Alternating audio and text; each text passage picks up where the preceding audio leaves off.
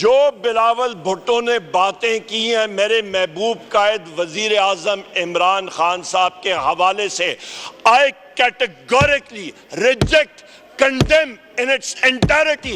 एक एक चीज जो उन्होंने बात की है उसको मैं कंडेम करता हूं। मेरा कायद न झुकने वाला है, वो फख्र के साथ जेल में बैठा है, वो अपने असूलों पे कायम है। उमर अयूब साहब ऑन पॉइंट ऑफ ऑर्डर। बिस्मिल्लाहिर्रहमानिर्रहीम। जनाब स्पीकर, बहुत शुक्रिया। जनाब स्पीकर, सिर्फ रिकॉर्ड के लिए सबसे पहले तो मैं बात करूंगा कि बिलावल भुट्टो साहब ने जो स्पीच की है क्वेश्चन आवर के तहत, यहाँ पे सरदार या सादिक साहब ने ही रूलिंग दी थी कि कोई भी इशू जो होगा वो क्वेश्चन आवर्स के तहत नहीं होगा, वो वायलेट हुआ है। तो लेट द रिकॉर्ड स्टेट, एक प्रेसिडेंस हमारे लिए एक सेट हो गया है जो हम लोग अभी फॉलो करेंगे, नंबर एक। उसके बाद अभी आपने रूल सस्पेंड किया है, उनकी स्पीच के बाद इंशाअल्लाह ताला हम लोग यही चीज़ इन्वोक करेंगे। Point number 1। पॉइंट नंबर 2, जनाब स्पीकर, बड़ी अहम बात की है, मुझे मालूम है वो करने, ठीक है जनाब स्पीकर। यहाँ पे जिस वक्त बिलावल भुट्टो साहब बात कर रहे थे तो अच्छा, अभी जनाब वाला, जनाब स्पीकर, हम लोग आगे बात करते हैं। जो बिलावल भुट्टो ने बातें की हैं मेरे महबूब कायद वजीर आजम इमरान खान साहब के हवाले से, I categorically reject, condemn in its entirety. एक एक चीज जो उन्होंने बात की है उसको मैं कंडेम करता हूं। मेरा कायद न झुकने वाला है, वो फख्र के साथ जेल में बैठा है, वो अपने असूलों पे कायम है, वो पाकिस्तान के लिए, मुस्लिम उम्मा के लिए कायम है। जनाब वाला, इनको फौजी स्ट्रक्चर के बारे में पता ही नहीं है। इनको तो एक ISI या MI का लास्ट नायक आ जाए तो ये उसको सल्यूट करेंगे, समझेंगे कि लेफ्टिनेंट जनरल आ गए। इनको क्या मालूम है जनाब स्पीकर फौजी स्ट्रक्चर के बारे में। यहाँ पे आ जाए जनाब स्पीकर, जनाब स्पीकर, यहाँ पे आते हैं, बात आगे बात आते हैं अभी सब्सटेंशियल बातें। ये देखें, ये आपकी जनाब स्पीकर मैं रिपोर्ट्स यहाँ पे ले करता हूँ, ये रिपोर्ट्स, ये देखें, ये रिपोर्ट्स देखें, ये सब की सब ऑडिटर जनरल ऑफ पाकिस्तान की रिपोर्ट्स हाउस में ली हुई थी। इनमें से एक किताब ये है, ये आपकी अकाउंट्स ऑफ डिफेंस सर्विसेज। हम लोग मुहिब्बे वतन लोग हैं। मैंने आईने पाकिस्तान का यहाँ पे हलफ उठाया है कि मैं इस आईने पाकिस्तान को डिफेंड करूंगा, जो चीज़ अच्छी होगी उसको अच्छा कहूँगा, जहाँ पे जिस चीज़ में इस्लाह करनी है उसको मैं हाईलाइट करूँगा। यहाँ पे जनाब स्पीकर, मैं हाउस में पहले भी बात कर चुका हूँ, मैं वाज़े तौर पे बात कर चुका हूँ कि इस वक्त आपका एक डिफेंस सर्विसेज का ये किताब ऑडिटर जनरल ऑफ पाकिस्तान ने शाया की है।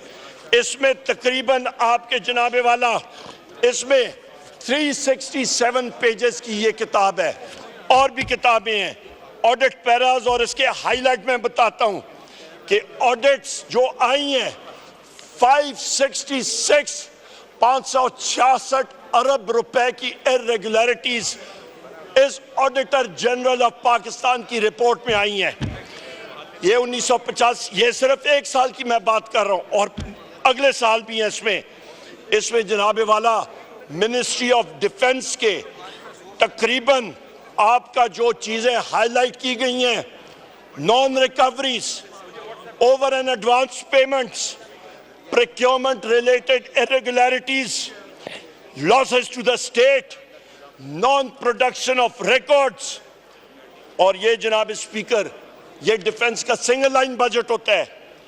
इस पे आपके जो इदारे हैं, ministry of defence production, services headquarters, strategic planning division, ये सब के सब हैं। और सबसे जो तशवीशनाक बात है जनाब स्पीकर, 1985 से लेके अभी तक तकरीबन 660 डायरेक्टिव जो हैं वो निकली हैं, और सिर्फ कंप्लायंस जो आपकी, बल्कि 1974 डायरेक्टिव्स निकली हैं आपकी उस पे से कंप्लायंस सिर्फ 33% का है।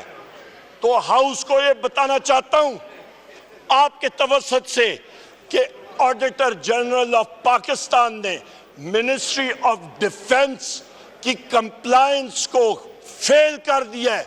33% अभी तक जनाब स्पीकर, ये हमारा इस हाउस का काम है, पब्लिक अकाउंट्स कमेटी का, कि जो हम लोग फाइनेंस बिल पास करते हैं उस पर नजरसानी करें। ये पब्लिक का पैसा है जनाब स्पीकर। यहां पे ये भी मैं बात करता चलूं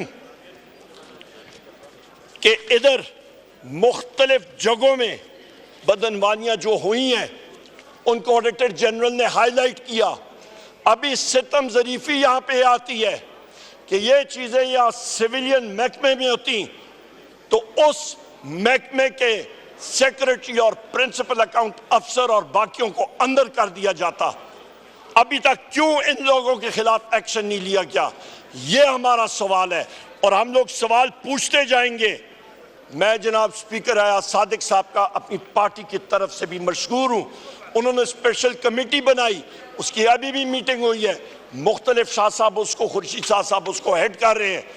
एक स्पेशल कमेटी, एक दूसरी कमेटी फैक्ट फाइंडिंग कमेटी है, उसकी रिपोर्ट आनी चाहिए। मैं फिर रिपीट करता हूँ कि वो कौन से खुफिया एजेंसी के लोग थे जिन्होंने हिम्मत की कि वो पार्लियामेंट हाउस के प्रीसेंट्स के अंदर आए और उन्होंने धावा बोला और उन्होंने अटैक किया पार्लियामेंट हाउस पे। हम लोग सार्जेंट एट आर्म्स तक नहीं सेटिस्फाई होंगे, अकाउंटेबिलिटी ऊपर से होनी चाहिए। शहबाज शरीफ को ISI और IB रिपोर्ट करती है, जनरल आसिम मुनीर को मिलिट्री इंटेलिजेंस और फील्ड इंटेलिजेंस यूनिट रिपोर्ट करती है।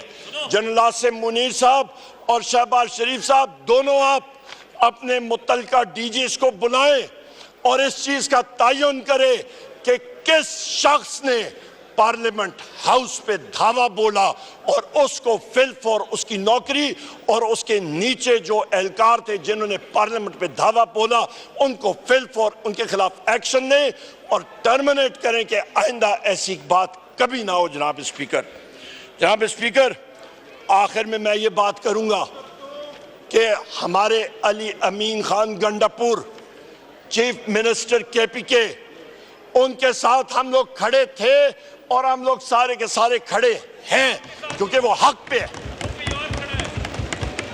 वो हक पे है।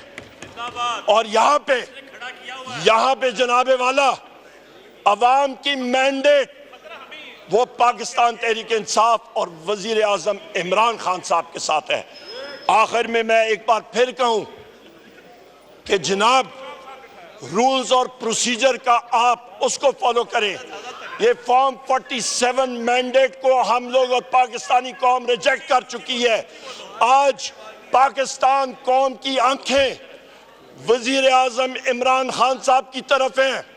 मुल्क में इलेक्शन होना चाहिए, मुल्क में इलेक्शन फिल फॉर होना चाहिए, मुल्क में शफाफ और शफाफ इलेक्शन होना चाहिए, क्योंकि साफ और शफाफ इलेक्शन होगा आपकी एक मजबूत हुकूमत आएगी, आपका आइन और कानून की पासदारी होगी, मुल्क में इन्वेस्टमेंट आएगा, मुल्क में भूख और अफलास खत्म होगा, मुल्क तरक्की कर सकेगा।